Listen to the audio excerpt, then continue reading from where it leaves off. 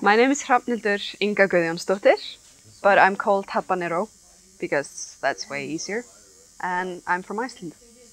I got into tattooing after I went to the convention in Iceland in 2013, and I saw Buff Conkers working away, and he was working in this weird style that I'd never seen before.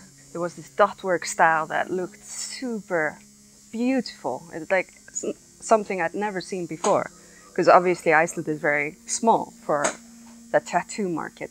Straight away I booked in with him and he started tattooing me, and I thought it was really weird because I couldn't hear anything, and I was like, what are you doing?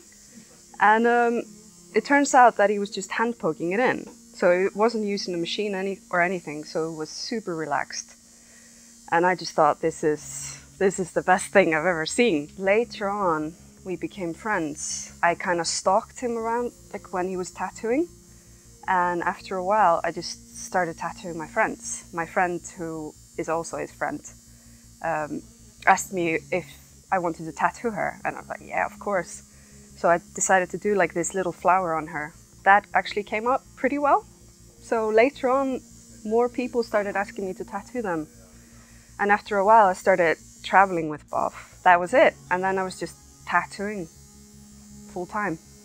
I was really passionate about tattoos. Every time I drew a person or something, they had tattoos, but I couldn't really afford it because I was a poor student. So the first tattoo I actually saved up for, that was like the biggest piece I've got, was that Buff did on me. I started hand poking kind of by accident, because I wasn't gonna do this as a career, even though I always wanted to. I was just playing around and doing my friends, and like we were having fun with it. But then people that saw my work on Facebook or on social media, they saw it and they were really interested in it, and they wanted me to tattoo them. So obviously, if you don't know the person, you have to charge them a little bit at least. So I just started charging a small amount in the beginning, and then before I knew it, I was just doing it full time. I'm practicing with machines. So at this moment, I am not completely,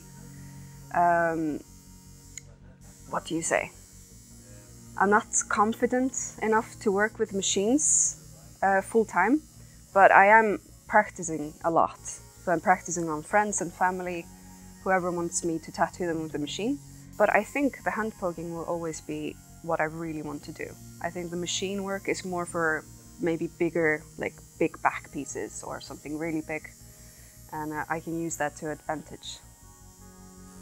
The hand poking is less painful for like 98% of people I tattoo. They think it's super easygoing. Obviously in painful areas it's gonna be painful, but other than that it's very mellow. It's more like plucking hairs versus maybe cat scratches, like the machine feels like. Due to the trauma to the skin with the machine, it heals like in 2 weeks, the machine tattoos, but the hand poking doesn't do that as much trauma, so it heals super fast.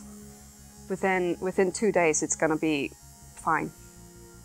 The hand poking really works well with hard areas like my palms. It shouldn't be this easy to do, but like to keep them in. But this works with one go if you know what you're doing. The dot work works best with hand poking. But what I personally like doing the most is animals and nature elements, like nature, plants, flowers, all that. And I'm really into the Icelandic magical staves from the 16th century. That works really well because it's Icelandic and it's hand poked, so there's no outside like machine involved in that. So it's just you putting the energy into the magical staves that you're tattooing on people. My favorite customer is probably just a really easygoing person that doesn't try to control the design too much, and he just lets you flow with your own energy. What inspires me the most is, God, that's a really hard question.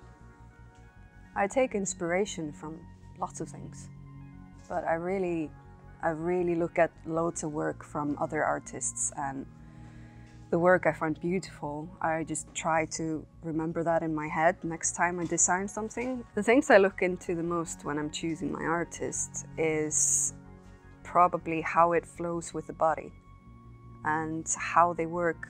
Like, I don't just like pictures on the body, I like it to be the body itself. So I have so many incredible inspirations from like these amazing artists. And when I see a piece and I have a body part to fill, I just like, okay, he needs to do something there. And I just find maybe 2 pieces of artwork that I like from that artist and say, I like these 2, do whatever you want.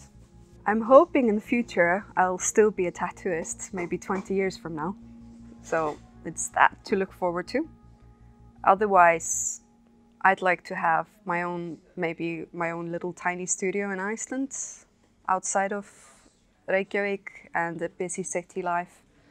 But I have nothing planned for the future, really. I'm just living in the moment. If you really want to check out my work, and I have a website, so just habbanerotattoo.com, and all the tour dates can be seen there, all my work, and if you want to read some articles, I have that as well. And I also have all my social media on the website. Google me, it's Habba with 2 B's.